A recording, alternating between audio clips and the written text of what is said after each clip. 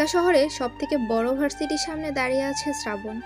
কাঁধে বই খাতা ভর্তি বড় একটা ব্যাগ, চোখে মোটা ফ্রেমের একটা পুরনো চশমা, তার উপরে আবার 2 বছরের পুরনো শার্ট প্যান্ট পরে এসেছে সে। তাছাড়াও নতুন জামা কাপড়ই বা পাবে সে কোথায়? সে এখানে ক্লাস করতে আসেনি, এসেছে ভর্তি হতে। প্রায় সপ্তাহখানেক হয়েছে তার রেজাল্ট বেরিয়েছে। শ্রাবণের এখানে আসার কোনো ইচ্ছেই ছিল না, তাকে এখানে আসতে হয়েছে শুধুমাত্র তার মায়ের জন্য।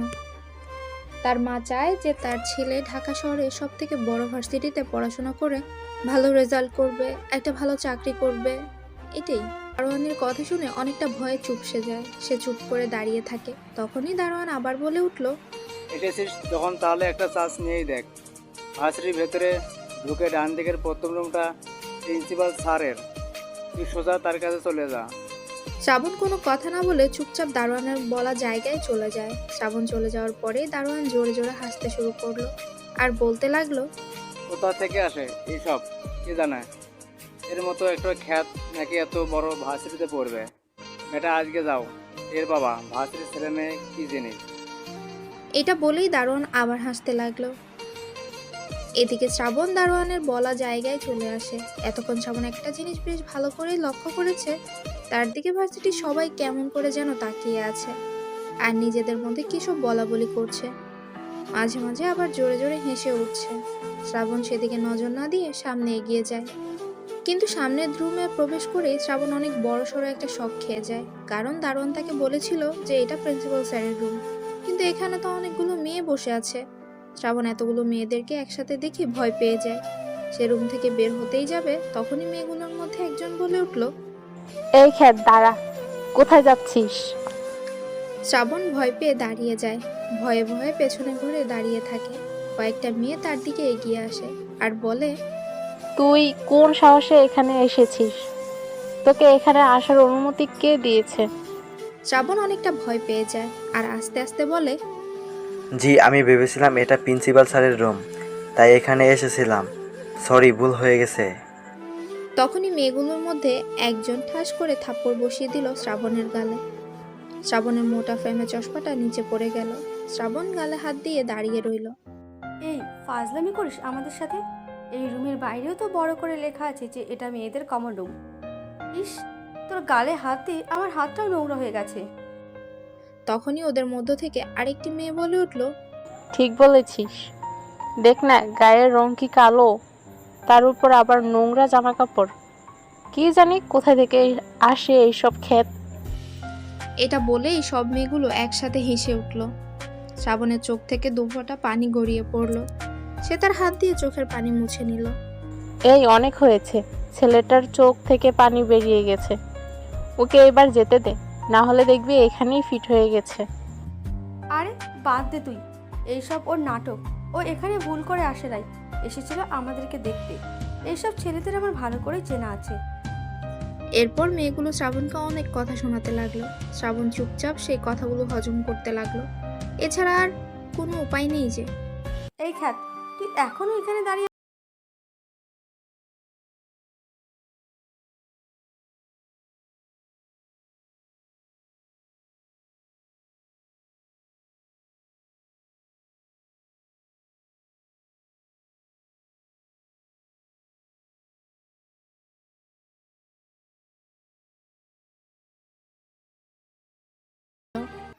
আসার সময় সে দারোয়ানের দিকে তাকিয়ে দেখে দারোয়ান মিট মিট করে হাসছে। শ্রাবণ তাকে কিছু না বলে বাইরে চলে এলো। এরপর শ্রাবণ রাস্তা দিয়ে হাঁটতে হাঁটতে একটা ফাঁকা নির্জন জায়গায় চলে এলো। আশেপাশে তেমন কোনো লোকজনও নেই। রাস্তার পাশে বসে তার চোখ থেকে চশমাটা খুলে আস্তে আস্তে কান্না করতে লাগলো। শ্রাবণ কি কারণে ঢাকা শহরে এসেছে আর তার পরিচয় বা কি?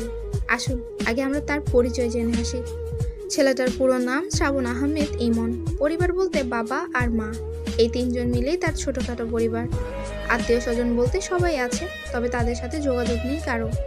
কারণ একটাই, আর্থিক অবস্থা মোটেও ভালো না তাদের। শ্রাবণের বাবার একটা রিক্সা আছে, সেটা চালিয়েই তার বাবা পরিবারের সব খরচ চালায়, সাথে শ্রাবণের পড়াশোনার খরচও। আর শ্রাবণের মা অনেক দিন ধরেই অসুস্থ, শুধুমাত্র টাকার অভাবে কিনা বিনা চিকিৎসায় এতদিন ধরে বিছানায় পড়ে আছে। শ্রাবণ সবেমাত্র এইচএসসি পাশ করেছে। তার ইচ্ছে ছিল সে তার পাশের এলাকার ভার্সিটিতে ভর্তি হবে, কিন্তু তার মা তাকে সেটা করতে দেয়নি। তার মায়ের একটাই কথা, ছেলেকে সে ঢাকা শহরে লেখাপড়া করাবে। এদিকে শ্রাবণের রেজাল্টও ভালো ছিল, তাই শ্রাবণ বাধ্য হয়ে ঢাকা যেতে রাজি হয়। আজকে একদিন হলো সে ঢাকা শহরে এসেছে। হাতে সামান্য কিছু টাকা, বাসা ভাড়া দিয়ে মোটামুটি 1 মাস চলে যাবে। কিন্তু এরপর কি হবে? রাতের বাসে করে সে ঢাকা শহরে এসেছে। সকাল 9টায় ঢাকায় এসে পৌঁছায়, আর এসেই সবার প্রথমে ভার্সিটিতে ভর্তি হতে যায়। এরপর কি হলো সেগুলো তো আপনারা দেখলেনই। কান্না থামিয়ে শ্রাবণ বসা থেকে উঠে দাঁড়ালো, কারণ সে জানে এখন তার কান্নার সময় না। এভাবে কান্না করলে কারো কিচ্ছু আসবে যাবে না। তাকে এখন বাসা খুঁজতে হবে, না হলে রাতে থাকবে কই? আর বাবা মাকেই বা কি বলবে? রাস্তায় রাস্তায় অনেক জায়গায় ঘুরতে থাকে সে, কিন্তু কোনো লাভ হয় না, কারণ বেশিরভাগ লোকই ব্যাচেলার ভাড়া দিতে চায় না। আর যে সকল লোক রাজি হয় তারা বাসা ভাড়া অনেক বেশিই চায়, যেটা শ্রাবণের কল্পনার বাইরে। এভাবে বাসা খুঁজতে খুঁজতে সন্ধ্যা নেমে আসে। অবশেষে শ্রাবণ হাল ছেড়ে রাস্তার পাশের একটা বেঞ্চে বসে পড়ে আর চুপি চুপি কান্না করতে লাগে। রাস্তা দিয়ে অনেক মানুষের আনাগোনা, কেউ তার দিকে তাকিয়ে হাসছে, আবার কেউ বলছে পাগল। কিন্তু এগুলো কিছুই শ্রাবণের মাথায় যাচ্ছে না, কারণ সে আগে থেকেই জানতো ঢাকা শহরে সে টিকবে না। কারণ একটাই, টাকা। না আছে থাকার কোনো জায়গা, না আছে পর্যাপ্ত টাকা। সে শুধু তার মা বাবাকে খুশি করার জন্যই ঢাকা শহরে এসেছে। সামনে কি হবে সেটা সে জানে না। শ্রাবণ এগুলোই ভাবছিল আর চোখের পানি ঝরাচ্ছিল। বিকেলবেলা অফিস শেষ করে বাসায় যায় আকাশ। এরপর কোনো মতে ফ্রেশ হয়ে রাস্তায় বেরিয়ে পড়ে সে। তার হাতে কয়েকটা টুলেট পেপার। রাস্তার পাশে অনেক দেওয়ালে সেগুলো লাগিয়ে বেড়াচ্ছে, কারণ তার ফ্ল্যাটে একজন ব্যাচেলার পার্টনার দরকার। কারণ এত বড় ফ্ল্যাটে একা একা থাকতে সে বোরিং ফিল করছে। তাছাড়া ভাড়াটাও কমবে যদি না কেউ তার সাথে থাকে। এটা ভেবে আকাশ রাস্তায় টুলেট লাগিয়ে বেড়াচ্ছিল। তখনই সে খেয়াল করে রাস্তার পাশে একটা ছেলে বসে একা একা কান্না করছে। ছেলেটা আকাশের থেকে কিছুটা ছোট্ট হবে। আকাশ আর কিছু না ভেবেই ছেলেটার কাছে যায়। ছেলেটা অন্য কেউ ছিল না, এই ছেলেটাই শ্রাবণ ছিল। আকাশ কোনো কিছুই না ভেবে শ্রাবণের পাশে গিয়ে বসে। শ্রাবণের কাঁধে হাত দিয়ে বলে, এ কি ছোট ভাই, তুই এইভাবে ফুফিয়ে কান্না করতেছি কেন? শ্রাবণ হঠাৎ করে কারো কণ্ঠ পেয়ে নড়ে চড়ে বসে। কি হলো, আমাকে বলবে না? ভাইয়া আসলে আমি আজকে ঢাকায় এসেছি। ঢাকায় কোনো কিছু ঠিকঠাক চিনি না। আমার বাবা মা ছাড়া এই দুনিয়ায় আর কেউ নেই, আর আমি তাদের মুখে হাসি ফোটানোর জন্য ঢাকা শহরে এসেছি। কিন্তু আমি এখানে এসে পুরো অসহায় হয়ে পড়ছি। কি হয়েছে আমাকে খুলে বলো, দেখি আমি কোনো সাহায্য করতে পারি কি না। ভাইয়া আসলে আমি লেখাপড়া করার জন্য ঢাকা শহরে এসেছি, কিন্তু আমি কিছুতেই থাকার জায়গা ব্যবস্থা করতে পারতেছি না। ব্যাচেলর কাউকে বাসার মালিকেরা ভাড়া দিতে চায় না, আর যারা দেয় তারা অনেক টাকা চায়, কিন্তু আমার কাছে তো এত টাকা নাই। বিশ্বাস করেন ভাই, আমার জন্য মোটেও কষ্ট হচ্ছে না, কিন্তু যে বাবা মা আমাকে তাদের জীবনের সমস্ত কিছু দিয়ে ঢাকা শহরে পাঠিয়েছে, তাদেরকে আমি কি জবাব দিব? আকাশ অনেক বছর হয়েছে ঢাকা শহরে এসেছে। সেও একদিন এমন পরিস্থিতির মধ্যে ছিল, কিন্তু এখন সবকিছুই ঠিকঠাক। তাই আকাশ শ্রাবণের কষ্টটা বুঝতে পারলো। সে শ্রাবণকে বলল, চোখের পানি মুছে নাও, মনে করো তোমার থাকার ব্যবস্থা হয়ে গেছে। ভাই আমি জানি না আপনি আমার চোখের পানি দেখে আমাকে সান্ত্বনা দিতেছেন। আমি সত্যি বলতেছি, আমার ফ্ল্যাটে একজন লোক প্রয়োজন। এই যে টুলিট দেখো। ধন্যবাদ ভাইয়া, আমি যে কি করে আপনাকে ধন্যবাদ দিব আমার জানা নেই। আমি ভাবতেও পারি নাই যে এত তাড়াতাড়ি বাসা পেয়ে যাব। রাত হয়ে গেছে, চলো তোমাকে বাসায় নিয়ে যাই। ভাইয়া আপনি সত্যি বলতেছেন তো? আমার তো এখনো বিশ্বাস হচ্ছে না যে আপনি আমাকে এত বড় একটা উপকার করতেছেন। এই দেখো, এত কথার মাঝে তো তোমার পরিচয়টাই জানা হলো না। হ্যাঁ ভাইয়া, আমি শ্রাবণ আহমেদ ইমন। আমি আকাশ মাহমুদ। এরপর শ্রাবণ আর আকাশ দুজনেই খুঁটিনাটি কিছু কথা বলতে বলতে আকাশের ফ্ল্যাটে চলে আসে। আকাশ এই ফ্ল্যাটে একা ভাড়া থাকে। বাসা ভাড়া মাস গেলে 10,000 টাকা দিতে হয়। অনেকদিন ধরেই আছে এখানে। শ্রাবণ আকাশের সাথে তার ফ্ল্যাটে চলে এলো, কিন্তু শ্রাবণ আকাশের ফ্ল্যাটে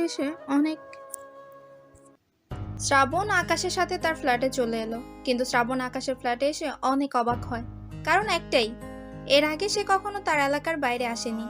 আর এখন তো সে ঢাকা শহরের বড় বড় বাড়িগুলো সে শুধু বাইরে থেকেই দেখেছে, কিন্তু কোনোদিন ভেতরে প্রবেশ করে দেখেনি। আর আজকে তো সে বাসার ভেতরে চলে এসেছে। শ্রাবণ শুধু আশেপাশে তাকিয়ে দেখছে। আকাশ ব্যাপারটা বুঝতে পেরে হেসে বলে উঠল, শ্রাবণ, তুমি আগে ফ্রেশ হয়ে এসো, এরপর আস্তে আস্তে সব কিছু দেখে নিও। এইদিকে ওয়াশরুম। শ্রাবণ শুধু মাথা নাড়িয়ে হ্যাঁ বলল। শ্রাবণ, তোমার ব্যাগটা আমার কাছে দাও, আমি ওটা রেখে দিচ্ছি। শ্রাবণ প্রথমে একটু ভাবলো, এরপর ব্যাগটা আকাশের কাছে দিল। কারণ এই ব্যাগের ভেতরেই শ্রাবণের সবকিছু, সামান্য কিছু টাকা আর বাবা মায়ের পুরনো একটা ছবি। শ্রাবণ তার চশমাটা বাইরে রেখে ওয়াশরুমের ভেতরে চলে গেল। শ্রাবণ ওয়াশরুমে চলে যাওয়ার পরেই আকাশ শ্রাবণের ব্যাগ খুলে দেখতে লাগলো। কারণ এটা ঢাকা শহর, এখানে কাউকে বিশ্বাস করা ঠিক না। তাই একটু চেক করার জন্যই আকাশ শ্রাবণের ব্যাগ চেক করতে লাগলো। কিন্তু ব্যাগ চেক করে আকাশ অনেক নিশ্চিন্ত হলো, কারণ ব্যাগে কয়েকটা বই খাতা, সাথে শ্রাবণের সমস্ত কাগজপত্র, যেগুলো দেখে আকাশ বুঝে গেল যে শ্রাবণ বরাবরই অনেক ভালো স্টুডেন্ট। এরপর আকাশ একটা ছবি দেখতে পেল, যেটা হয়তো শ্রাবণের বাবা মায়ের। তার সাথে কিছু টাকা। আকাশ শ্রাবণের ব্যাগ গুছিয়ে রেখে দিল আর শান্তির একটা হাসি দিল, কারণ সে মানুষ চিনতে ভুল করেনি। তখনই শ্রাবণ ওয়াশরুম থেকে বাইরে বেরিয়ে এলো। এই নাও তোয়ালিয়া, মুখ মুছে খেতে এসো। তোমাকে দেখেই বোঝা যাচ্ছে সকাল থেকে কিছুই খাওনি। শ্রাবণ আকাশের কাছ থেকে তোয়ালে নিয়ে বলল, ভাইয়া এখন 3 বেলাও না খেলে কোনো রকম লাগে না, অভ্যাস হয়ে গেছে। আকাশ শ্রাবণের কথার কোনো উত্তর খুঁজে পায় না। সে কিছু না বলে কিচেনে চলে যায় এবং দুজনের জন্য খাবার বেড়ে শ্রাবণকে ডাক দেয়। নাও, গরম গরম খাবার, চটপট করে খেয়ে নাও। এদিকে শ্রাবণের চোখ টলমলো করতে থাকে। তার বাড়ির কথা খুব মনে পড়ে যায়, কারণ সে তার বাবা মাকে ছাড়া কোনো দিনও খাবার খায়নি। আর আজকে তার সামনে খাবার ঠিকই আছে, কিন্তু বাবা মা নেই। এ কি, তোমার চোখে পানি কেন? শ্রাবণ একটা ফ্লোরে বসে চোখের পানি মুছে নেয় আর বলে, ভাইয়া বাবা মার কথা খুব মনে পড়তেছে। একবেলা খাবার খাই আর দুবেলা খাই, কখনো বাবা মাকে ছাড়া খাবার খাইনি। আর আজকে আমি কত দূরে চলে এসেছি, জানি না তারা ঠিকঠাক খাবার খাচ্ছে কিনা। শোনো শ্রাবণ, তুমি এখানে কি করতে এসেছো? পড়াশোনা করতে। তাহলে একটা জিনিস মাথায় রেখো, পড়াশোনা করতে হলে অনেক কিছু স্যাক্রিফাইস করতে হয়। ভাইয়া বুঝতে পেরেছি। এরপর শ্রাবণ আর আকাশ দুজনেই খাবার খেতে লাগলো। খাবার শেষ করে শ্রাবণ আর আকাশ দুজনে মিলেই সবকিছু পরিষ্কার করে নিল। এরপর আকাশ শ্রাবণকে তার রুমে নিয়ে গেল। আকাশ যে ফ্ল্যাটে ভাড়া থাকে সেখানে মোট 3টা রুম, 2টা থাকার জন্য আর একটা কিচেন। পাশে অবশ্য ছোট্ট করে একটা ব্যালকনি আছে। আকাশ এক রুমে থাকতো এতদিন, আর একটা রুম ফাঁকা করেই থাকতো। এখন থেকে শ্রাবণ থাকবে। শ্রাবণ, এখন থেকে তুমি এই রুমে থাকবে। আচ্ছা ভাইয়া, রুমটা তো অনেক বড়। ওই যে পাশে কার্পেট রাখা আছে, ওইটা মেলে নিয়ে রাতে ঘুমিয়ে পড়বে। আর এই দিকটায় ওয়াশরুম, যদি কোনো সমস্যা হয় আমাকে ডাক দিও, আমি পাশের রুমে আছি। ধন্যবাদ ভাইয়া, আপনাকে না দেখলে জানতেই পারতাম না যে ঢাকার মতো একটা শহরেও কেউ কাউকে সাহায্য করে। অনেক বলে ফেলেছো তুমি, অনেক রাত হয়ে গেছে, এখন ঘুমিয়ে পড়ো। ভাইয়া, তবে তার আগে মা এবং বাবার সাথে একটু কথা বলবো। আজকে সারাদিনে একবারও কথা হয়নি তাদের সাথে। আচ্ছা, তুমি কথা বলো, আমি আমার রুমে যাই। এরপর আকাশ তার রুমে এসে মোবাইল চালাতে লাগলো। আর এদিকে শ্রাবণ তার পকেট থেকে অনেক পুরনো একটা বাটন মোবাইল বের করলো। এ যুগের একটা ছেলে হয়েও শ্রাবণ শুধুমাত্র টাকার অভাবে এই মোবাইল ব্যবহার করে। শ্রাবণ তার মোবাইল দিয়ে তার মাকে কল করে, সাথে সাথেই কলটা রিসিভ হয়। এতক্ষণ ধরে হয়তো শ্রাবণের ফোনের জন্য অপেক্ষা করছিল তার মা। হ্যালো আম্মা। হ্যালো বাবা মা, তুই ঠিকঠাকভাবে ঢাকা শহরে গিয়েছিস? হ্যাঁ আম্মা, তুমি কোনো চিন্তা করো না, আমি একদম ঠিকঠাকভাবে ঢাকা শহরে এসেছি, কোনো অসুবিধা হয়নি। সারাদিনে কিছু খেয়েছিস নাকি এখানকার মতো না খেয়ে আছিস? আম্মা তুমি কোনো চিন্তা করো না, আমি এই মাত্র খাবার খেয়েছি আর ভালো একটা বাসা দেখে ভাড়া নিয়েছি। সে অনেক বড় বাসা আম্মা। বাবা মা, আমি তোর কাছে কিছু চাই না, শুধু এইটুকু চাই যে তুই মানুষের মতো মানুষ হ, আর কেউ যেন তোকে ছোট লোক বলতে না পারে। এ কি আম্মা, তুমি কান্না করতেছো কেন? না, আর কান্না করব না। আম্মা আব্বা কোথায়, তার কাছে দাও না। এই তো তোর আব্বা আমার কাছে বসে তোর কথা শুনতেছিল এতক্ষণ। এই নে কথা বল। হ্যালো আব্বাজান। হ্যালো আব্বা, কেমন আছো তুমি? আলহামদুলিল্লাহ। তোর কোনো সমস্যা হয়েছে নাকি ওখানে? না আব্বা, তোমরা থাকতে আমার কোনো সমস্যা হতে পারে?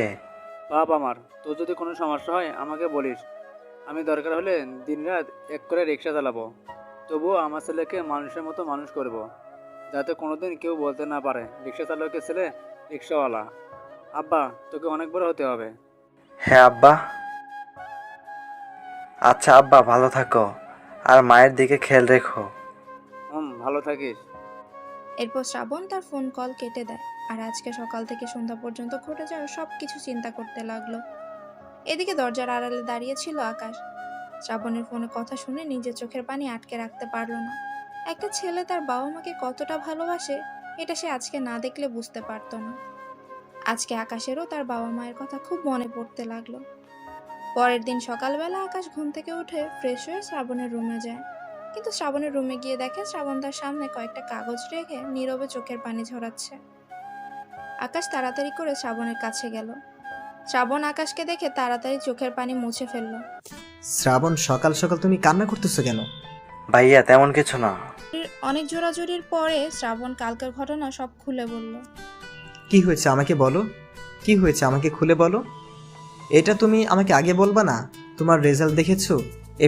এটা দেখলে যে কোনো কলেজে তোমাকে ভর্তি করে নেবে, আর তুমি এই সামান্য ব্যাপার নিয়ে এত চিন্তা করতেছো। ভাইয়া বাসরি সবাই খারাপ, ওরা আমাকে দেখলে আমাকে নিয়ে মজা করবে, আমি জানি। ওদের মজা ওরা করুক, তাতে তোমার কি? তুমি এখানে লেখাপড়া করতে এসেছো, তোমার বাবা মায়ের স্বপ্ন পূরণ করতে এসেছো। এই সামান্য কারণে তুমি এত দূর এসেও পিছিয়ে যাবে? আকাশের কথা শুনে মুহূর্তেই যেন শ্রাবণ শক্ত হয়ে গেল। সে তার চোখের পানি মুছে বলল, হ্যাঁ ভাইয়া, তুমি ঠিক বলেছ। আচ্ছা, তুমি তৈরি হয়ে নাও, তোমাকে ভার্সিটিতে ভর্তি করিয়ে দেব। এরপর আমি অফিসে যাব। ভাইয়া তোমার দেরি হয়ে যাবে না? একটু লেট হলে কিছু হবে না, তুমি রেডি হয়ে এসো, আমি খাবারের ব্যবস্থা করতেছি। আচ্ছা ভাইয়া।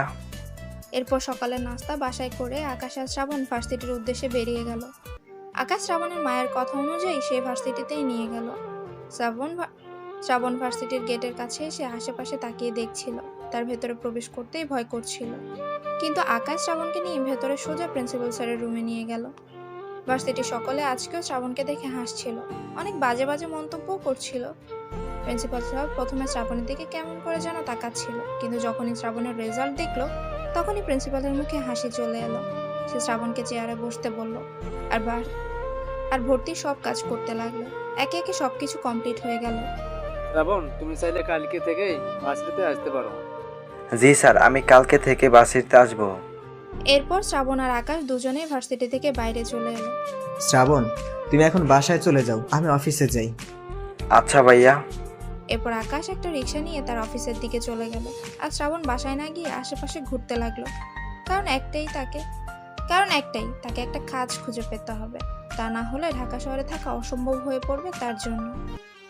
শ্রাবণ এক জায়গা থেকে অন্য জায়গায় ঘুরে বেড়ায়, কিন্তু কেউ তাকে কাজ দিতে পারে না, কারণ এই ঢাকা শহরে কাজ পেতে হলে নির্দিষ্ট একটা যোগ্যতা লাগে। যেহেতু শ্রাবণ মাত্র HSC পাশ করেছে, তাই তাকে কেউ কোনো কাজ দিতে চায় না। তার উপরে সে একজন ছাত্র, তাই তাকে এমন একটা কাজ করতে হবে যেটাতে সে নিয়মিত ভার্সিটিতে যেতে পারবে। এর মানে তাকে সকাল বা রাতের জন্য একটা কাজ জোগাড় করতে হবে, যেটা শ্রাবণের জন্য অসম্ভব ছিল। অবশেষে বিকালবেলা শ্রাবণ ক্লান্ত হয়ে বাসায় ফিরে যায়। সারাদিন অনেক জায়গায় ঘুরেছে সে, কিন্তু কোনো লাভ হয়নি। সবাই উল্টাপাল্টা বলেই তাড়িয়ে দিয়েছে। চিন্তায় শ্রাবণের কান্না চলে আসে। সে তার রুমে বসে কান্না করতে লাগে। এই চোখের পানিই যেন তার একমাত্র সম্বল, এছাড়া আর কিছুই নেই তার জীবনে। তখনই বাসায় আকাশ চলে আসে। সে বাসার ভেতরে ঢুকে শ্রাবণকে কান্না করতে দেখে ফেলে আর সোজা শ্রাবণের কাছে যায়। তখনই বাসায় আকাশ চলে আসে। সে বাসার ভেতরে ঢুকে শ্রাবণকে কান্না করতে দেখে ফেলে আর সোজা শ্রাবণের কাছে চলে যায় আর জিজ্ঞেস করে, শ্রাবণ, তোমার চোখে পানি কেন? তুমি আবার কান্না করতেছো? দেখো, এইভাবে চলতে থাকলে কিন্তু তুমি 1 মাসের বেশি এই শহরে টিকবে না। তোমাকে আরো শক্ত হতে হবে, নিজেকে অন্যভাবে তৈরি করে তুলতে হবে। ভাইয়া। এবার বলো, কি হয়েছে? তোমাকে এত চিন্তিত দেখাচ্ছে কেন? ভাইয়া বাড়ি থেকে আমাকে অল্প কিছু টাকা দিয়ে ঢাকা শহরে পাঠিয়েছে, যেটা দিয়ে মাসখানেকের মতো আমার চলে যাবে। কিন্তু এরপর কি হবে, তাই আমি একটা কাজ খোঁজার উদ্দেশ্যে বেরিয়েছিলাম, কিন্তু কোনো লাভ হয়নি। আকাশ কিছু সময় ভেবে দেখলো, এরপর বলল, দেখি আমার অফিসে একটু কথা বলে দেখি কোনো ব্যবস্থা করতে পারি কিনা। না ভাইয়া, তার কোনো দরকার নেই। আমার এমন একটা কাজ দরকার যেটা সকালে বা রাতে করতে হয়, কারণ আমার আবার ভার্সিটিতে যেতে হবে। ভাইয়া যে কোনো কাজ হলেই হবে। বুঝতে পেরেছি। আমাকে একটু সময় দাও, আমি খোঁজখবর নিয়ে দেখি। আচ্ছা ভাইয়া। এভাবে আজকের দিনটা কেটে গেল শ্রাবণের। মাথায় হাজারো চিন্তা নিয়ে ঘুমিয়ে গেল শ্রাবণ। আর এদিকে আকাশ বিভিন্ন জায়গায় কাজের জন্য খোঁজ চালাতে লাগলো। পরের দিন সকালবেলা, আজকে শ্রাবণের প্রথম দিন তার ভার্সিটিতে। শ্রাবণ সকাল থেকেই তৈরি হয়ে আছে, যাতে করে তার লেট না হয়। আকাশ শ্রাবণের এমন কাণ্ড দেখে মিটমিট করে হাসছে। অবশেষে সেই মুহূর্ত এলো। আকাশ তার অফিসে চলে গেল আর শ্রাবণ তার ভার্সিটির সামনে চলে এলো। শ্রাবণ আজকে তার সবচেয়ে ভালো জামা আর প্যান্ট পরে এসেছে, যেগুলো আগের দিনের থেকে কিছুটা পরিষ্কার, তবে খুবই সামান্য। শ্রাবণ আজকে ভয় না পেয়ে গেটের ভেতর প্রবেশ করলো। মোটা ফ্রেমে চশমা দিয়ে চারদিক দেখতে লাগলো।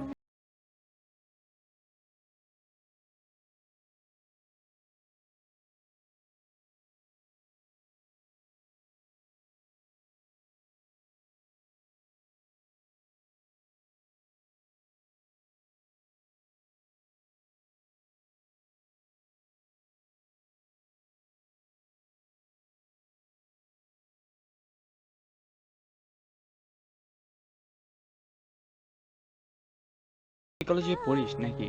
আর তোর জামা কাপড়ের এই অবস্থা কেন? আরে গায়ের রং দেখছিস না কি কালো, তো জামা কাপড় ভালো হবে কি করে? এটা বলেই সবাই হাহা করে হেসে দিল, যেটা শ্রাবণের জন্য অনেক লজ্জাজনক ছিল। শোন, তোকে একটা কাজের জন্য এখানে রেখেছি। জি বলেন। ওই যে একটা মেয়েকে দেখতেছিস না, হুম। ওই মেয়েটার কাছে গিয়ে এই কাগজটা দিবি। এই নে। এরপর ছেলেটা শ্রাবণের কাছে একটা কাগজ ধরিয়ে দিল। কিন্তু ভাইয়া আমি কে? আবার প্রশ্ন করিস? মার খেতে চাস? এরপর শ্রাবণ আর কোনো উপায় না পেয়ে আস্তে আস্তে মেয়েটির কাছে চলে গেল। সে মেয়েটাকে আপু বলে ডাক দিল। এই যে আপু, একটু শুনবেন? মেয়েটা শ্রাবণের দিকে ঘুরে তাকালো। মেয়েটা কেমন করে শ্রাবণকে দেখতে লাগলো, যেন শ্রাবণ তাকে ডেকে অনেক বড় ভুল করেছে। শ্রাবণ কিছু না ভেবেই কাগজটা মেয়েটার দিকে এগিয়ে দিল। মেয়েটা কাগজটা পড়েই ঠাস করে দুইটা চর বসিয়ে দিল শ্রাবণের গালে। শ্রাবণ তাল সামলাতে না পেরে মাটিতে পড়ে গেল। মেয়েদের এইসব বাজে প্রস্তাব দেওয়ার জন্য ভার্সিটি আসিস নাকি? নিজের চেহারার দিকে তাকিয়েছিস কখনো? কোথায় তুই আর কোথায় আমি? তুই ভাবলি কি করে তুই আমাকে অফার দিবি আর আমি তাতে রাজি হয়ে যাব? শ্রাবণ মাটি থেকে উঠে দাঁড়িয়ে বলতে যাবে, আপু আমি এইগুলো। কোনো কিছু বলার আগে মেয়েটি আবার শ্রাবণের গালে ঠাস করে আরেকটি থাপ্পড় বসিয়ে দিল। চুপ! আর একটাও কথা তুই বলবি না। আর একটা কথা বললেই আমি সোজা প্রিন্সিপাল স্যারের রুমে যাব এই কাগজ নিয়ে। শ্রাবণ আশেপাশে তাকিয়ে দেখে লোকজন ভরে গেছে, সবাই তার দিকে তাকিয়ে হাসছে। এটা দেখে শ্রাবণের চোখ থেকে দু ফোঁটা পানি বেরিয়ে পড়ল। আর ওই ছেলেগুলো যেন হাসতে হাসতে গড়াগড়ি খাচ্ছে। এটা দেখে শ্রাবণের আরো জোরে কান্না করতে ইচ্ছে করলো, কিন্তু তার বাবা মায়ের কথা চিন্তা করে চোখের পানি মুছে নিল। এরপর সে ক্যাম্পাসের ফাঁকা একটা জায়গায় চলে এলো। চুপচাপ মন খারাপ করে বসে রইল। বেশ কিছুক্ষণ বসে থাকার পর একটা ছেলে তার পাশে এসে বসলো। শ্রাবণ সেদিকে না তাকিয়ে মন খারাপ করে বসে রইল। হাই, আমি রাফি। একটা অপরিচিত ছেলেকে দেখে শ্রাবণ কিছু না বলল না, কারণ এই ছেলেও হয়তো তার সাথে মজা করতে এসেছে। তাই কিছু না বলে চুপ থাকাই ভালো। ছেলেটা আবার বলল, কি হলো, কথা বলতেছো না কেন? আমি ভার্সিটিতে নতুন ভর্তি হয়েছি, তুমিও নিশ্চয়ই নতুন, তাই তোমার সাথে বন্ধুত্ব করতে এলাম। এবার শ্রাবণ কিছুটা ভরসা পেল। সে আস্তে করে বলল, জি শ্রাবণ। আচ্ছা, এইভাবে এখানে কতক্ষণ মন খারাপ করে বসে থাকবে? চলো ক্লাসে যাই। ক্লাস শুরু হতে আর মাত্র 5 মিনিট বাকি। আচ্ছা চলো।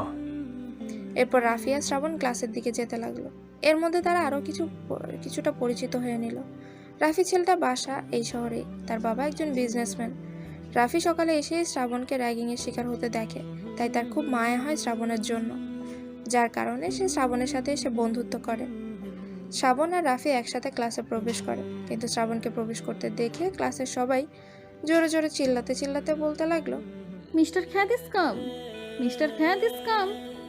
এটা দেখে শ্রাবণের অনেক খারাপ লাগে। সে ভেবেছিল তার ডিপার্টমেন্টে সকলে হয়তো তাকে সাপোর্ট করবে, কিন্তু তারা উল্টে সবাই শ্রাবণের সাথে মজা নিচ্ছে।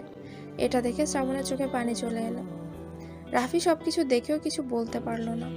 রাফি মন খারাপ করে শ্রাবণের দিকে তাকিয়ে রইল। শ্রাবণ আর দাঁড়িয়ে না থেকে ক্লাসের একদম শেষ বেঞ্চে গিয়ে বসে পড়ল। কিছুক্ষণ পরে রাফিও তার পাশে বসে পড়ল। শ্রাবণ কিছুটা সরে বসলো, কারণ সে একটা খ্যাত আর সে চায় না যে কেউ তার জন্য অপমান বোধ করুক। রাফি কিছু না বলে মন খারাপ করে বসে রইল। একটু পরে স্যার তাদের ক্লাসে এলো। স্যার আগে থেকেই সকলের সাথে পরিচিত হয়েছিল, কিন্তু আজকে শ্রাবণকে দেখতে পেয়ে তাকে দাঁড় করালো। এই ছেলে, তুমি কি নতুন? জি স্যার। তা তোমার পরিচয়টা আমাদেরকে দাও। এটা শুনে পুরো ক্লাস আবার হেসে উঠল। স্যার, ও তো একটা খ্যাত। পুরো ক্লাসে অট্টহাসিতে মেতে উঠল। কিপ কোয়াইট, সবাই চুপ করো। তুমি তোমার পরিচয়টা দাও। আমার নাম শ্রাবণ আহমেদ ইমন। খুলনা একটা ছোট গ্রাম থেকে ঢাকা শহরে এসেছি পড়াশোনা করার জন্য। আমার বাবা একজন রিক্সা চালক আর মা ঘরে কাজ করে। এবার শ্রাবণের চোখে পানি চলে এলো। সে তার চশমা খুলে চোখের পানি মুছে নিল। ওহ, ভালো। তা তোমার রেজাল্ট কি? এবার পুরো ক্লাস চুপ হয়ে গেল। কেউ যেন বিশ্বাসই করতে পারছে না যে এমন একটা খ্যাতের রেজাল্ট এত ভালো হতে পারে। গুড। আশেপাশে খেয়াল না করে পড়াশোনায় ফোকাস করো, ভবিষ্যতে ভালো হবে। জি স্যার। এরপর স্যার ক্লাস করাতে লাগলো। এভাবে একের পর এক ক্লাস হতে লাগলো। সব ক্লাসে শ্রাবণকে কম বেশি অনেক অপমানিত হতে হয়েছে। শ্রাবণ সবকিছু চুপচাপ সহ্য করে নিয়েছে, শুধুমাত্র তার বাবা মায়ের কথা চিন্তা করে। আজকের দিন একটা জিনিস শ্রাবণ খুব ভালো করে খেয়াল করে, সে মেয়েটা শ্রাবণের ক্লাসমেট। আর আজকে সকালবেলা যে ছেলেগুলোর জন্য অপমানিত হতে হয়েছে, সেই ছেলেগুলো শ্রাবণের ক্লাসমেট। তাদের মধ্যে যে লিডার ছিল তার নাম হচ্ছে রকি। এটা সে তার বন্ধু রাফির কাছ থেকেই জানতে পেরেছে। এভাবে আজকের দিনটা কেটে গেল। ক্লাস শেষ করে শ্রাবণ আর রাফি যখন বাইরে বের হবে, তখনই রকি আর তার গ্যাং শ্রাবণের সামনে এসে দাঁড়ালো। শ্রাবণ অন্য পথ দিয়ে বাইরে বের হতে যাবে, তখনই আবার রকি শ্রাবণের রাস্তা আটকিয়ে দিল। কোথায় যাওয়া হচ্ছে শুনি? বাসায় যাব। বাসায় তো যাবি, কিন্তু যাওয়ার আগে আমার একটা কাজ করে দিতে হবে তোকে। দেখ রকি, আমি তোমার ওই কাজ আর করতে পারবো না। আমাকে মেয়েটা অনেক অপমান করছে। আরে বোকা না, ওই কাজ আর তোকে দিয়ে করাবো না। খুব সহজ একটা কাজ। কি কাজ? এই রুমালটা দিয়ে আমার পায়ের জুতাটা মুছে দিবি, শুধু, আর কিছু না। শ্রাবণ আশেপাশে তাকিয়ে দেখে অনেক লোকজন তার দিকে তাকিয়ে আছে। না, আমি পারবো না। তাহলে তোকে বাসায় যেতেও দিব না। শ্রাবণ, না, তুমি এটা করবে না। রাফি, তুমি এখান থেকে যাও, না হলে কিন্তু তোমার খবর আছে। এটা ঠিক না রকি। এরপর ছেলেগুলো রাফিকে জোর করে অন্য জায়গায় পাঠিয়ে দেয়। আর শ্রাবণকে দিয়ে জোর করে পায়ের জুতো পরিষ্কার করিয়ে নেয়, যেটা কলেজে সবাই খুব মজা সহকারে দেখতে লাগে। আস্তে আস্তে সবাই চলে গেল। শ্রাবণ এখনো সেই একই জায়গায় দাঁড়িয়ে আছে। তার চোখ থেকে অঝোর ধারায় পানি পড়ছে। এই চোখের পানিটা যেন কেউই দেখতে পাচ্ছে না। সবাই হাসাহাসি করছে, কারো মনে এক ফোঁটাও মায়া হলো না শ্রাবণের জন্য। তখনই কোথা থেকে রাফি শ্রাবণের কাছে দৌড়ে এলো। এ কি শ্রাবণ, তুমি কান্না করতেছো কেন? রাফি বিষয়টা বুঝতে পেরে শ্রাবণকে ক্যাম্পাসের একদম ফাঁকা জায়গায় নিয়ে এলো। কিছু সময় পরে শ্রাবণকে নিজে থেকে তার চোখের পানি মুছে নিল। কি দোষ করেছি আমি? শুধু গরিব হয়ে জন্ম নিয়েছি বলে কি আমার পড়াশোনা করার অধিকার নেই? আমার গায়ের রং যে কালো, এতে আমার কি করার আছে? আল্লাহ আমাকে যেইভাবে তৈরি করেছে, আমি তো সেইভাবেই তৈরি হয়েছি। এতে তো আমার কোনো দোষ নেই, যার জন্য ওরা সকলের সামনে আমাকে এইভাবে অপমান করলো। রাফির এই কথার কোনো উত্তর জানা ছিল না, তাই সে শ্রাবণকে বলল, এতে তোমার কোনো দোষ নেই। ওরা ছেলেগুলোই এমন, দেখবে আস্তে আস্তে সব ঠিক হয়ে যাবে। ওরা সবাই তোমার ফ্যান্ট হয়ে যাবে। শ্রাবণ এই কথার কোনো উত্তর দেয় না, একটা হাসি দেয় আর তার মায়ের কথা মনে করে। কেন জানি তার মায়ের কথা মনে পড়লে সব কষ্ট নিমেষেই দূর হয়ে যায়। শ্রাবণ, বিকাল হয়ে গেছে, বাসায় যেতে হবে। চলো বাসার দিকে যাই। চলো। এরপর শ্রাবণ তার চোখের পানি মুছে নেয়। রাফির বাসা শ্রাবণের বাসার বিপরীতে, তাই রাফি শ্রাবণকে বিদায় জানিয়ে তার বাসার দিকে রওনা দেয়। আর শ্রাবণ বাসার উদ্দেশ্যে হাঁটা শুরু করে। শ্রাবণ চাইলে এখান থেকে রিক্সা নিয়ে বাসায় যেতে পারে, কিন্তু শুধু শুধু টাকা নষ্ট করার কোনো মানেই হয় না, তাই সে হেঁটেই বাসায় যায়। বাসায় যেতে যেতে শ্রাবণের বিকেল 4টা বেজে যায়। আজকে সে বাসায় গিয়ে দেখে আকাশ ভাই আগে থেকেই বাসায় চলে এসেছে। শ্রাবণ, ভার্সিটিতে প্রথম দিন কেমন লাগলো? মুহূর্তে কিছুক্ষণ আগের ঘটনা মনে পড়ে গেল শ্রাবণ। সে আকাশের কাছে বিষয়টা লুকানোর জন্য একটা হাসি দিয়ে বলে, ভালোই ভাইয়া। আচ্ছা, তুমি ফ্রেশ হয়ে এসো, তোমার জন্য একটা সুখবর আছে। সুখবর কথাটা শুনে শ্রাবণ ভাবতে লাগে তার জন্য আবার সুখবর হতে পারে। আর বেশি কিছু না ভেবে শ্রাবণ ফ্রেশ হতে চলে যায়। ফ্রেশ হয়ে এসে শ্রাবণ মন খারাপ করে তার রুমে বসে থাকে। তখনই আকাশ তার রুমে আসে। আকাশকে দেখে শ্রাবণ একটু নড়ে চড়ে বসে। সুখবরটা শুনবে না? ভাইয়া বলো। তোমার জন্য একটা কাজের ব্যবস্থা করতে পেরেছি, তবে কাজটা কি তুমি করতে পারবে? কাজের কথা শুনে শ্রাবণের মনটা ভালো হয়ে গেল। সে তাড়াতাড়ি জিজ্ঞেস করে, কি কাজ ভাইয়া? আমি যে কোনো কাজ করতে পারবো, তুমি শুধু একবার বলে দেখো। তোমাকে প্রতিদিন ভোর 6টার সময় বাসায় বাসায় পেপার বিলি করতে হবে, মানে পেপার বয়। শ্রাবণের কথাটা শুনে অনেক খুশি হয়। সে আকাশকে জড়িয়ে ধরে বলে, পারবো ভাইয়া, আমি পারবো। ব্যাস, তাহলেই তো হয়ে গেল। তোমাকে তারা মাসে 5,000 টাকা করে দিবে। ভোর 6টা থেকে শুরু করে সকাল 9টা পর্যন্ত তোমাকে পেপার বিলি করতে হবে। কোনো সমস্যা নেই ভাইয়া, আমি পারবো। আচ্ছা, তাহলে আমার সাথে চলো, আমি তোমাকে এই লোকটার কাছে নিয়ে যাই। সে বলেছে তুমি যদি রাজি থাকো তাহলে তোমাকে যেন তার কাছে নিয়ে যাই। আচ্ছা ভাইয়া, চলো। এরপর আকাশ আর শ্রাবণ দুজনেই হাঁটতে হাঁটতে লোকটার উদ্দেশ্যে যেতে লাগলো। রাস্তা দিয়ে যাওয়ার সময় শ্রাবণ আকাশকে জিজ্ঞেস করলো, আচ্ছা ভাইয়া, শহরের ছেলে মেয়েগুলো যেন কেমন কেমন, ওরা গরিবদের মোটেও সহ্য করতে পারে না। ওরা শুধু টাকা চিনে। গরিবরা যে আর 5টা মানুষের মতো বাঁচতে চায়, এটা ওরা বুঝতেই চায় না। এটা তোমার ভুল ধারণা। সব ছেলে মেয়ে একরকম হয় না। অনেক ছেলে মেয়ে এদের থেকে আলাদা হয়, তবে তাদের সংখ্যা খুবই কম। এই পুরো দুনিয়াটাই টাকার উপরে চলে, টাকা ছাড়া কেউ কাউকে চিনি না। ভাইয়া, তাহলে তুমি নিশ্চয়ই আমাকে চেনো না। তুই তো অনেক দুষ্ট হয়েছিস। ওহ সরি, তুই করে বলে ফেললাম। সমস্যা নেই ভাইয়া, আমি তোমার থেকে ছোট, তুমি তুই করেই বলো। কিছু সময় ওইভাবে গল্প করতে করতে ওরা দুজন একটা ছোট্ট অফিসে। এই এরিয়ার সমস্ত বাসা থেকে শুরু করে সবগুলো দোকান অবধি পেপার পৌঁছে দিতে হবে। সে তুমি 1 ঘন্টা দাও আর 5 ঘন্টা দাও, সেটা আমার দেখার দরকার নেই। তবে কথা একটাই, ভোর 5টায় এখান থেকে পেপার নিয়ে যেতে হবে।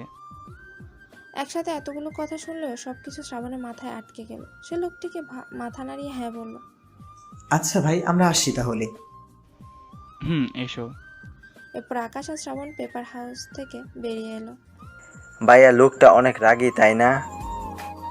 তুই বুঝলি কিভাবে? আরে আমি লোক দেখলেই বুঝতে পারি, তার উপর আবার এত কড়া কড়া কথা। কচু বুঝিস তুই। চল, আজকে তোকে ট্রিট দেবো আমি। ঠিক, কিন্তু কেন? এই যে তুই চাকরি পেয়ে গেলি, এটার জন্য। ভাইয়া, টিট তো আমার দেওয়ার কথা তোমাকে, আর সেখানে তুমি। আরে আমি তোর বড় ভাই হই, আমার একটা দায়িত্ব আছে না? এই কথাটা শোনার পরে শ্রাবণের মনটা অনেক ভালো হয়ে গেল, কারণ তার নিজের রক্তের কেউ কোনো এমনভাবে বলেনি, শুধু তার বাবা মা ছাড়া। এরপর দুজনে একটা রেস্টুরেন্টে গিয়ে বসলো। রেস্টুরেন্টে ছোটখাটো হওয়ার কারণে এখানে তার অপমানিত হতে হয়নি শ্রাবণকে, কারণ বড় বড় রেস্টুরেন্টে এই পোশাকে গেলে নিশ্চয়ই সবাই তাকে অন্য চোখে দেখত। এরপর আকাশ আর শ্রাবণ দুজনেই তাদের বাসায় চলে গেল। রোজ রাতের মতো আজকেও বাবা মায়ের সাথে কথা বলে নিল শ্রাবণ। এরপর কিছু সময় বই নিয়ে ঘাটাঘাটি করলো। তারপর কাছে যে বইগুলো আছে ওগুলো সব পুরনো বই। সেগুলো তার পাড়ার এক বড় ভাইয়ের কাছ থেকে এনেছে, কারণ এত টাকা দিয়ে নতুন বই কেনার ক্ষমতা শ্রাবণের কোনোদিনও ছিল না। তবুও সে মন খারাপ করে না, কারণ বই তো বই, হোক সেটা পুরনো বা নতুন, একই কথা। পরের দিন সকালে খুব তাড়াতাড়ি ঘুম থেকে উঠে শ্রাবণ। এরপর কোনো মতে রেডি হয়ে বাসা থেকে বেরিয়ে পড়ে। আকাশ ঘুমাচ্ছিল, যার কারণে শ্রাবণ তাকে না ডেকে বেরিয়ে পড়ে। সে জোরে জোরে হেঁটে পেপার হাউসে পৌঁছে যায়, একদম ঠিক সময় গিয়ে পৌঁছায়।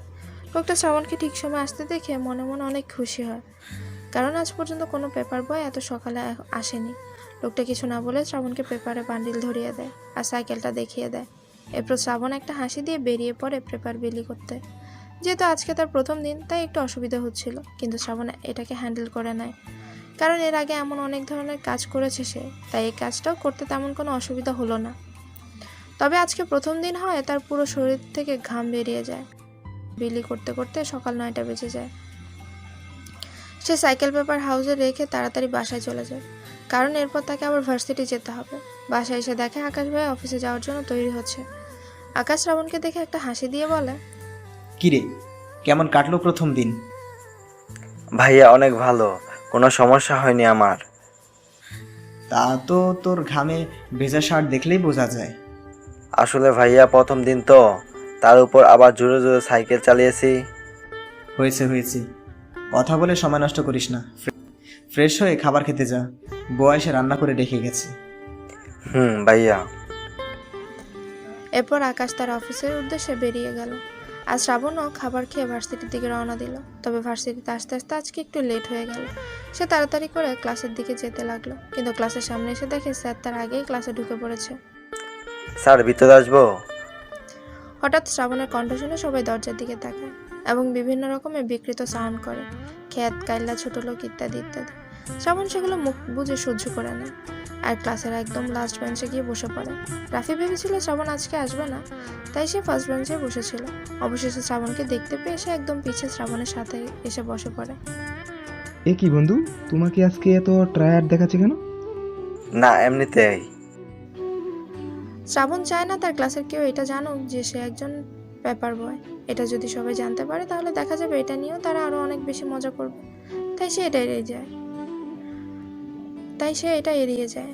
রাফি যদিও অনেকবার জানতে চেয়েছিল, কিন্তু শ্রাবণ প্রতিবারই এড়িয়ে গিয়েছে। এভাবে আজকের দিনটাও কেটে গেল। শ্রাবণ আর রাফি ক্লাস শেষে একসাথে বের হয়। আজকে রকি নামের ছেলেটা আর তার গ্যাংকে দেখতে পায়নি শ্রাবণ, হয়তো ভার্সিটিতে আসেনি তাই। আজকে রকি নামের ছেলেটা আর তার গ্যাং দেখতে পায়নি শ্রাবণ, হয়তো ভার্সিটিতে আসেনি। তখনই সে খেয়াল করে রকি ক্যাম্পাসে বসে তার বন্ধুদের সাথে আড্ডা দিচ্ছে। শ্রাবণ ভয়ে ভয়ে রাফির সাথে হাঁটতে লাগে। শ্রাবণ মনে মনে যে ভয়টা পাচ্ছিল অবশেষে সেটাই হলো। রকি শ্রাবণকে ডাক দিল। শ্রাবণ আস্তে আস্তে রকির কাছে গেল। এদিকে আমার কাছে আয়। শ্রাবণ ভয়ে রকির কাছে যাচ্ছিল না, তাই রকি বাধ্য হয়ে শ্রাবণের হাত ধরে তার পাশে বসায়। আমাকে এত ভয় পেতে হবে না। এই 2 দিন আমার মুড অনেক খারাপ ছিল, আর তোকে এভাবে ভার্সিটিতে আসতে দেখে একটু মজা নেওয়ার ইচ্ছে হয়েছিল, তাই তোর সাথে মজা করছিলাম। আচ্ছা তুই যা এবার। এরপর শ্রাবণ রকির কাছ থেকে দূরে চলে এলো। শ্রাবণ, রকি তোমাকে ডেকে নিয়ে কি বললো? না, এমনিতেই। চলো তাহলে। এরপর রাফি তার বাসায় আর শ্রাবণ তার বাসায় চলে এলো। রোজকার মতো আজকে শ্রাবণ হেঁটে বাসায় গেল। প্রতিদিনের মতো একইভাবে আজকে দিনটাও কেটে গেল শ্রাবণের। পরের দিন সকালবেলা শ্রাবণ ঘুম থেকে উঠেই আগে পেপার দিতে যায়। আজকে শ্রাবণের মনটা অনেক ভালো, কারণ ভার্সিটিতে রকির হাত থেকে ছাড় পেয়েছে সে।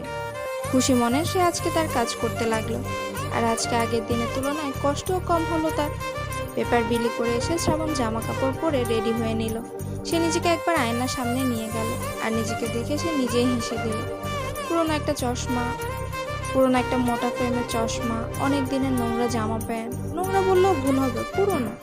এতে শ্রাবণের কোনো দুঃখ নেই। সে যদি একদিন মানুষের মতো মানুষ হতে পারে তাহলে সবকিছুই ঠিক হয়ে যাবে। সে তার বাবা মাকে আর কাজ করতে দিবে না। মাকে অনেক বড় একটা হাসপাতালে নিয়ে চিকিৎসা করাবে। তাকে এই জায়গায় থেমে গেলে চলবে না, অনেক বড় হতে হবে জীবনে। এখনো অনেক স্বপ্ন পূরণ করার বাকি আছে তার। আয়নার সামনে দাঁড়িয়ে এগুলোই ভাবছিল শ্রাবণ। আকাশ শ্রাবণকে এই অবস্থায় দেখে তার কাঁধে হাত রেখে বলল, কি ভাবতেছিস এইভাবে দাঁড়িয়ে? আকাশ ভাইয়ের ডাকে একটু কেঁপে উঠে শ্রাবণ। তেমন কিছু না ভাইয়া, বাবা মায়ের কথা খুব মনে পড়তেছে। প্রথম কয়েকদিন একটু মনে পড়বে, এরপর সব ঠিক হয়ে যাবে। আর দেরি করিস না, ভার্সিটি যাবি না? এখনই যাব। এরপর শ্রাবণ আর আকাশ সকালের নাস্তা না করেই বাসা থেকে বেরিয়ে গেল, কারণ আজকে বাসায় বুয়া আসেনি।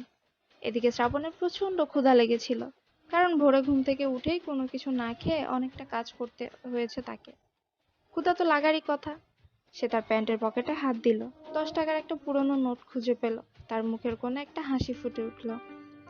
সে আর দেরি না করে তার ভার্সিটির সামনে থাকা একটা টং দোকানে গেল। 10 টাকা দিয়ে 2টো রুটি সে কিনে আনলো। এরপর রাস্তার পাশে বসে খেতে যাবে, তখনই একটা বাচ্চাকে দেখতে পেল। পরনে ছেঁড়া একটা জামা আর প্যান্ট। ছেলেটা হয়তো রাস্তায় ভিক্ষা করে। বাচ্চা ভাইয়া অনেকদিন ধরে কিছু খায় না, কিছু খেতে দিবে? তাকে দেখে শ্রাবণের অনেক মায়া হলো। সে তার ভাগের একটা রুটি ছেলেটাকে দিয়ে দিল। ছেলেটা একটা মিষ্টি হাসি উপহার দিল, যেটা কোটি টাকা দিয়েও কেনা সম্ভব না। এগুলো ভেবে শ্রাবণ যখন তার কাছে থাকা বাকি একটা রুটি খেতে যাবে, তখনই খেয়াল করে ছেলেটা রুটিটা খাওয়া শেষ। শ্রাবণের হাতে থাকা রুটিটার দিকে তাকিয়ে আছে। শ্রাবণ মনে মনে ভাবলো, আমি তো মাত্র একটা সকাল খাবার খাইনি, আর এই ছেলেটা হয়তো অনেক দিন ধরেই না খেয়ে আছে। এর ক্ষুধার কাছে আমার ক্ষুধার কোনো মানেই রাখে না। তাই শ্রাবণ আর কিছু না ভেবেই তার ভাগের বাকি রুটিটাও ছেলেটাকে দিয়ে তার মাথায় হাত বুলিয়ে দিল। ছেলেটা খুশিতে যেন আত্মহারা হয়ে গেল। শ্রাবণ ছেলেটাকে বিদায় জানিয়ে ভার্সিটির দিকে হাঁটা দিল। আর মনে মনে ভাবতে লাগলো, 10 টাকা দিয়েও কারো মুখে হাসি ফোটানো সম্ভব, শুধু মন থাকা লাগে। এগুলো ভাবতে ভাবতেই সে তার ভার্সিটিতে ঢুকে গেল। আর এতক্ষণ বসে শ্রাবণ আর ছেলেটার কর্মকাণ্ড সবকিছু দেখেছিল গাড়ির ভেতরে থাকা মায়াবী দুটো চোখ। সে অপরূপভাবে শ্রাবণের কর্মকাণ্ডগুলো দেখছিল আর ভাবছিল, এখনো এমন মানুষ আছে যে কিনা নিজের খাবার অন্যকে বিলিয়ে দেয় আর বিনিময়ে একটা হাসি উপহার দেয়। এগুলো ভাবতে ভাবতেই সে ছেলেটাকে হারিয়ে ফেললো আর একটা বড় নিঃশ্বাস নিয়ে ড্রাইভারকে গাড়ি চালাতে বলল। শ্রাবণ আজকে একদম ঠিক সময়ে ক্যাম্পাসে এসেছে। সে হাসি মুখে ক্লাসের ভেতরে প্রবেশ করলো, কিন্তু মুহূর্তেই তার হাসি মুখ মলিন হয়ে গেল। কারণ ক্লাসের সবাই আজকেও তাকে খ্যাত, ছোট লোক, কালো ইত্যাদি বলতে লাগলো। নিজের সামনে নিজের কানে এমন কথাগুলো শোনা যে কতটা কষ্টের, সেটা একমাত্র সে লোক ছাড়া আর কেউ বুঝবে না। শ্রাবণ শুধু কথাগুলো শুনে যাচ্ছে, কারণ এই কথার প্রতিবাদ করার ক্ষমতা তার নেই। সে মাথা নিচু করে ক্লাসের একদম শেষ বেঞ্চে বসে রইল। আজকে রাফি আসেনি, তাই শ্রাবণ আজকে সম্পূর্ণ একা। এভাবে কিছু সময় থাকার পরে এক পর্যায়ে স্যার ক্লাসে চলে এলো। সবাই চুপ হয়ে গেল। শ্রাবণ তার চোখের পানি মুছে ক্লাসে মনোযোগ দিল। ক্লাসের মাঝে হঠাৎ করে প্রিন্সিপাল স্যার ক্লাসে আসলো। তার সাথে একটা মেয়েও আছে। সকল ছাত্রছাত্রীরা দাঁড়িয়ে গেল। ক্লাসের সব ছেলেমেয়েরা মেয়েটাকে দেখে অবাক হয়, কারণ মেয়েটা আসলেই অনেক সুন্দরী ছিল। কিন্তু শ্রাবণের সেদিকে কোনো খেয়ালই নেই। সে মাথা নিচু করেই দাঁড়িয়ে আছে। কি কারণ স্যার? এই যে আমার পাশে যাকে দেখতে পাচ্ছ, ও হচ্ছে শিমলা, আমাদের শহরের সবচেয়ে বড় বিজনেসম্যান আনোয়ার হোসেনের একমাত্র মেয়ে।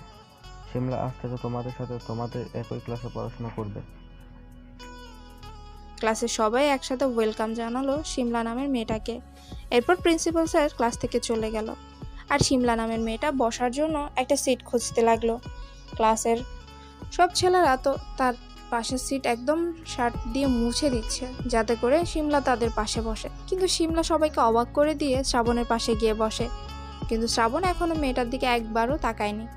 ক্লাসের সবাই তো হা করে তাকিয়ে আছে, কি হচ্ছে এটা? একটা কালো খ্যাতের পাশে এত সুন্দর আর বড় লোক ঘরের মেয়ে বসলো। কেউ যেন এটা মেনে নিতে পারছে না। এতগুলো বেঞ্চ ফাঁকা থাকা সত্ত্বেও শিমলা কেন শ্রাবণের পাশে এসে বসলো? এর আসল কাহিনী আমি আপনাদেরকে খুলে বলছি, শুনুন। কিছুক্ষণ আগে শ্রাবণ আর এই পথ শিশুর কর্মকাণ্ড যে চোখ দুটো দেখেছিল, সে চোখ দুটো আর কারো ছিল না, শিমলার চোখ ছিল। শিমলা আজকে এই ভার্সিটিতে ভর্তি হতে এসেছিল, আর ভার্সিটিতে সামনে এসেই শ্রাবণের এই বিষয়টি খেয়াল করে। এরপর হঠাৎ করে শিমলা শ্রাবণকে হারিয়ে ফেলে। এরপর যখন শিমলা ক্লাসে আসে, তখন যেন এক আকাশ সমান অবাক হয়, কারণ রাস্তার সেই ছেলেটা তারই ক্লাসমেট। সে মনে মনে অনেক খুশিই হয়, আর 7-5 না ভেবেই ছেলেটার পাশে এসে বসে পড়ে।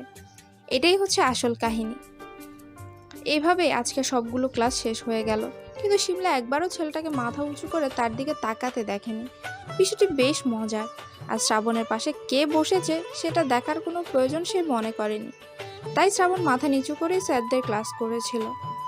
এরপর ক্লাস শেষে শ্রাবণ তার ব্যাগ নিয়ে বাইরে চলে আসে। তার উদ্দেশ্য সোজা বাসায় যাওয়া, কিন্তু হঠাৎ করে একটা মেয়ে এসে তার রাস্তা আটকালো। শ্রাবণ এই মেয়েটাকে আগে কোনোদিনও দেখেনি। সে মেয়েটাকে দেখে অনেক অবাক হয়ে যায়। মেয়েটা দেখতে অনেক সুন্দর, পুরো পরীর মতো। শ্রাবণ আর কিছু ভাবার আগেই সে তার মাথা থেকে সবকিছু ঝেড়ে ফেলে দেয়। যেহেতু এর আগে শ্রাবণ মেয়েদের হাতে অপমানিত হয়েছে, সাথে থাপ্পড়ও খেয়েছিল, তাই এবার ভয় পেয়ে আগে থেকে বলে দিল, দেখুন আপু, আমি কিন্তু আপনাকে কিছু করি নাই, তাই শুধু শুধু আমাকে অপমান করবেন না প্লিজ। শিমলা শ্রাবণের এমন কথা শুনে অনেক অবাক হয় আর হেসে দিয়ে বলে, আরে না, তুমি কি আমাকে কিছু করেছো নাকি যে আমি তোমাকে অপমান করব? শিমলার গলার কণ্ঠ শুনে শ্রাবণ যেন আবারও হারিয়ে গেল। তার সাথে আগেও এমন হয়নি কখনো। একটা মেয়ের গলার কণ্ঠ এতটা মধুর হতে পারে, সেটা কখনো ভাবেনি। আমি তো তোমার ক্লাসমেট, তাই তোমার সাথে পরিচিত হতে এসেছি। মানে প্রিন্সিপাল স্যার যাকে আমাদের। হুম, আমি আজকে নতুন ভর্তি হয়েছি, কিন্তু তুমি আমার দিকে একবার তাকিয়েও দেখলে না কেন? আমি তো তোমার পাশেই বসেছিলাম। দেখুন আপু, আপনি অনেক বড় লোকের মেয়ে আর আমি সামান্য রিক্সা চালকের ছেলে। আশা করি আপনি বিষয়টি বুঝতে পেরেছেন। আপনি বরং আপনার ক্যাটাগরির বন্ধু খুঁজে নিন। শ্রাবণীটা বলেই হনহন করে হেঁটে চলে এলো। সিমলাকে একটা কথাও বলার সুযোগ দিল না। সিমলা শ্রাবণের কথার আগাগোড়া কিছুই বুঝতে পারল না, তাই সে আর বেশি কিছু না ভেবেই তার গাড়িতে উঠে বাসায় চলে গেল। শ্রাবণ রাস্তা দিয়ে হেঁটে বাসায় যাচ্ছিল, তখনই রকি এসে তার রাস্তা আটকায়। ওই রাহুল, ভালো করে দেখ তো এই ছোট লোকের মধ্যে কি আছে যেটা আমার মধ্যে নেই। রকি, তুমি এইগুলো কি বলছো? কোথায় তুমি আর কোথায় আমি? তোমার সাথে আমার কোনো তুলনা হয় না। এটা যখন তুই বুঝিস, তাহলে ওই সিমলাকে কেন বুঝে না? ও কেন তোর পাশে গিয়ে বসলো? আমার সিটেও তো ফাঁকা ছিল। এখানে আমার কি করার আছে? আমি তো তাকে বলি নাই যে আমার পাশে এসে বসুন। রকি, এই খ্যাতটা ঠিকই বলছে। ওকে ছেড়ে দে আর চল বাসায় যাই। আচ্ছা, তোদের কথাই ছেড়ে দিলাম। আর একটা কথা, তোকে যেন এই মেয়েদের আশেপাশে না দেখি। শ্রাবণ শুধু মাথা নাড়িয়ে হ্যাঁ বলে, আবার হাঁটতে শুরু করলো। শ্রাবণ মনে মনে ভাবতে লাগে, এখানে তার কি দোষ? মেয়েটাই তো আগে এসে আমার পাশে বসেছে। তবুও রকি যখন বলেছে মেয়েটার কাছ থেকে দূরে থাকাই ভালো হবে, শুধু শুধু ঝামেলায় না জড়ানোই ভালো। এগুলো ভাবতে ভাবতেই শ্রাবণ তার বাসায় চলে এলো।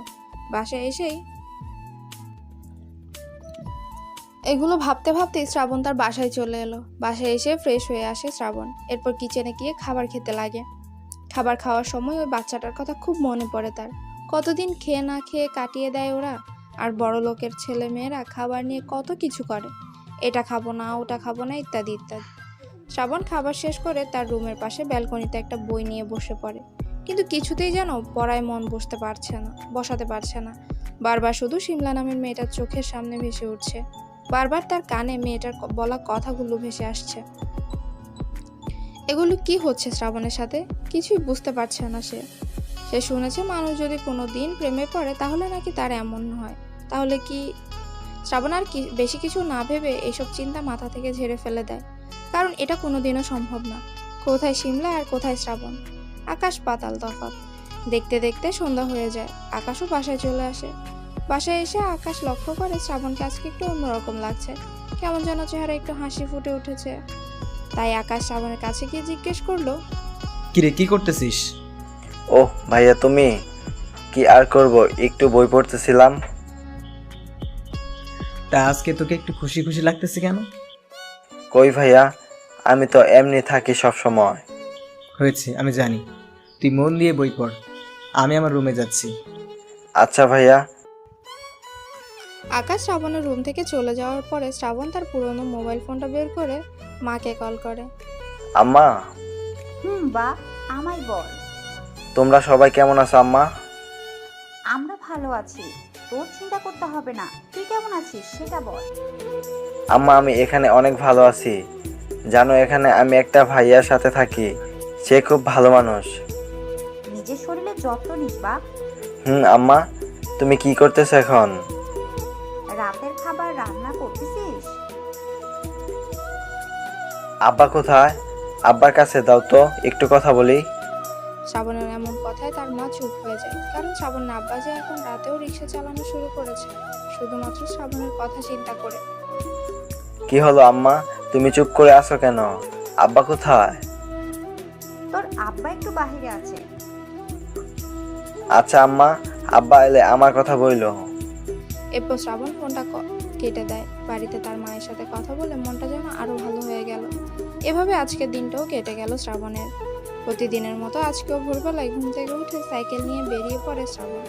তার সাইকেলের পিছনে এক বোঝাই খবরের কাগজ, যেগুলো রোজ সকালে সময় মতো বিলি করা তার কাজ। আজকে কেন জানি খুব সকালেই সিমলার ঘুমটা ভেঙে গেল। কিছুতেই আর ঘুম এলো না। সে কোনোদিন এত সকালে ঘুম থেকে উঠে না। ফ্রেশ হয়ে এসে সে নিজেই এক কাপ চা বানিয়ে ব্যালকনিতে চলে এলো। সকালের মিষ্টি রোদ যে এত সুন্দর, এটা জানলে সে রোজ সকালেই ব্যালকনিতে আসতো। রাস্তার দিকে তাকিয়ে বাইরের পরিবেশ দেখছিল শিমলা। তখনই বাইরে লক্ষ্য করলো পেপার বয় এসেছে, কিন্তু দূর থেকে কেমন যেন চেনা চেনা লাগছে শিমলার কাছে। যখনই পেপার বয় শিমলাদের বাসার সামনে এলো, তখন শিমলা অনেক অবাক হলো, কারণ পেপার বয়টা আর কেউ ছিল না, ওটা শ্রাবণ ছিল। শ্রাবণকে নিয়ে শিমলার কৌতূহলটা যেন আরো বেড়ে যায়। সে অপলক দৃষ্টিতে ব্যালকনিতে বসে শ্রাবণের কাজ দেখছিল। একটা পেপার মুড়িয়ে বাসার বাইরে থেকে ছুঁড়ে মারলো ভেতরে। এরপর শ্রাবণ সাইকেল চালিয়ে অন্য বাসায় যাওয়ার জন্য চলে গেল। যতক্ষণ পর্যন্ত শ্রাবণকে দেখা যাচ্ছিল ততক্ষণ পর্যন্ত শিমলা শ্রাবণকে দেখতেই থাকে। এক পর্যায়ে শ্রাবণ হারিয়ে যায় আর শিমলাও তার রুমে চলে আসে। রোজকার মতো আজকেও সকালের খাবার খেয়ে রেডি হয়ে নেয় শ্রাবণ। এরপর কলেজের উদ্দেশ্যে রওনা দেয়। রাস্তা দিয়ে হাঁটতে হাঁটতে ভার্সিটির সামনে চলে আসে। শ্রাবণ ক্যাম্পাসের ভেতরে ঢুকে আজকেও রাফিকে খুঁজে পায় না। হয়তো আজও আসবে না রাফি।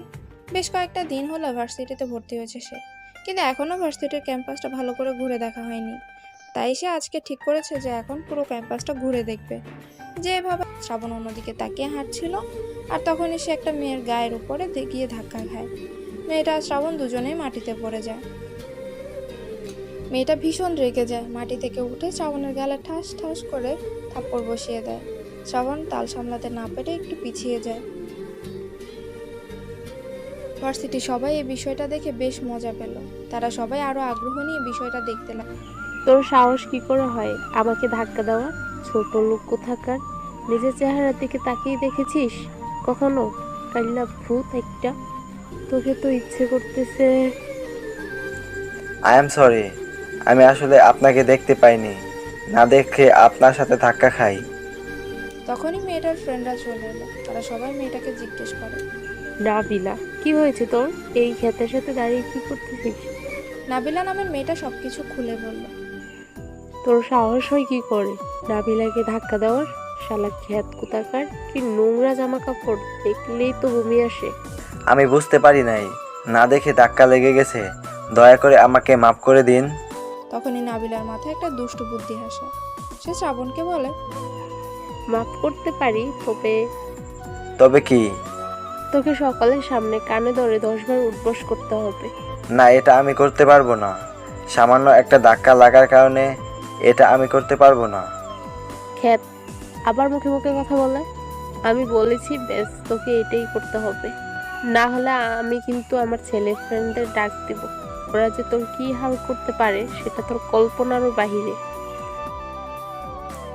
শ্রাবণ আর কোনো রাস্তা না পেয়ে সকলের সামনে কান ধরে উদ্ঘোষ করতে লাগলো। ভার্সিটির সবাই জোরে জোরে কাউন্ট করছে, যেন এটা কোনো সার্কাস হচ্ছে। শ্রাবণ তার চোখের পানি আটকে রাখতে পারে না, চোখ থেকে টপ টপ করে পানি গড়িয়ে পড়ে। তবুও কারো মায়া হয় না ছেলেটার জন্য। এভাবে 5 বার করার পর কোথা থেকে সেই দিনে শিমলা মেয়েটা শ্রাবণের সামনে চলে আসে। শিমলা শ্রাবণকে থামিয়ে দেয়। সে সরাসরি নাবিলাকে জিজ্ঞেস করে, কি হচ্ছে এখানে? আর তুমি ওকে এইভাবে কান ধরতে বলছো কেন?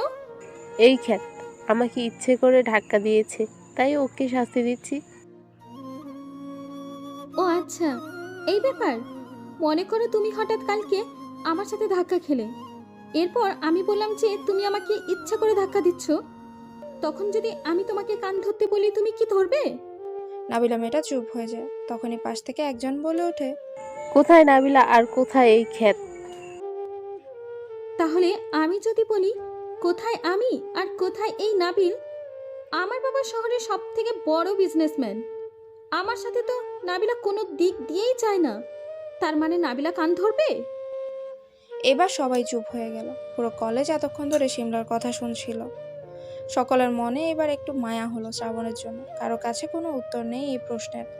শিমলা ওখানে আর দাঁড়িয়ে না থেকে শ্রাবণের হাত ধরে ক্যাম্পাসের একদম ফাঁকা একটা জায়গায় নিয়ে এলো। শ্রাবণ এখনো কান্না করে চলছে। শিমলা ব্যাপারটা বুঝতে পেরে টিস্যু দিয়ে শ্রাবণের চোখের পানি মুছে দিল। তখন শ্রাবণ অপলকভাবে শিমলার দিকে তাকিয়েছিল। এটা আসলেই অনেক সুন্দর আর অনেক ভালো। তা না হলে কেউ এরকম করে? তুমি তো আসলেই একটা বোকা।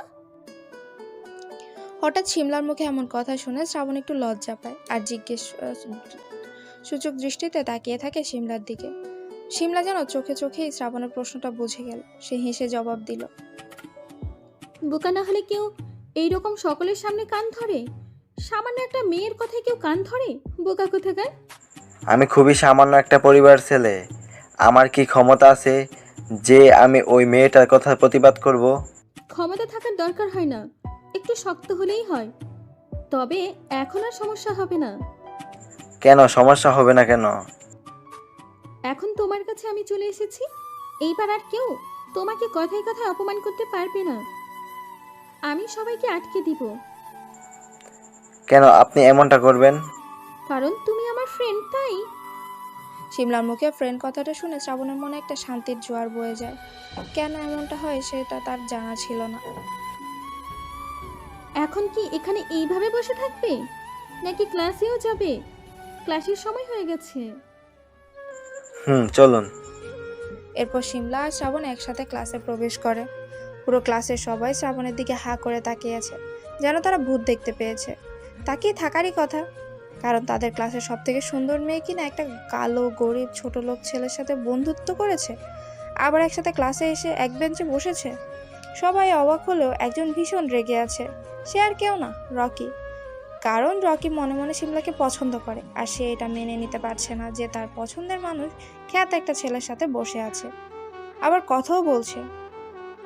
শ্রাবণ আর শিমলা দুজনে পেছনে বসে কথা বলছিল। তখনই ক্লাসে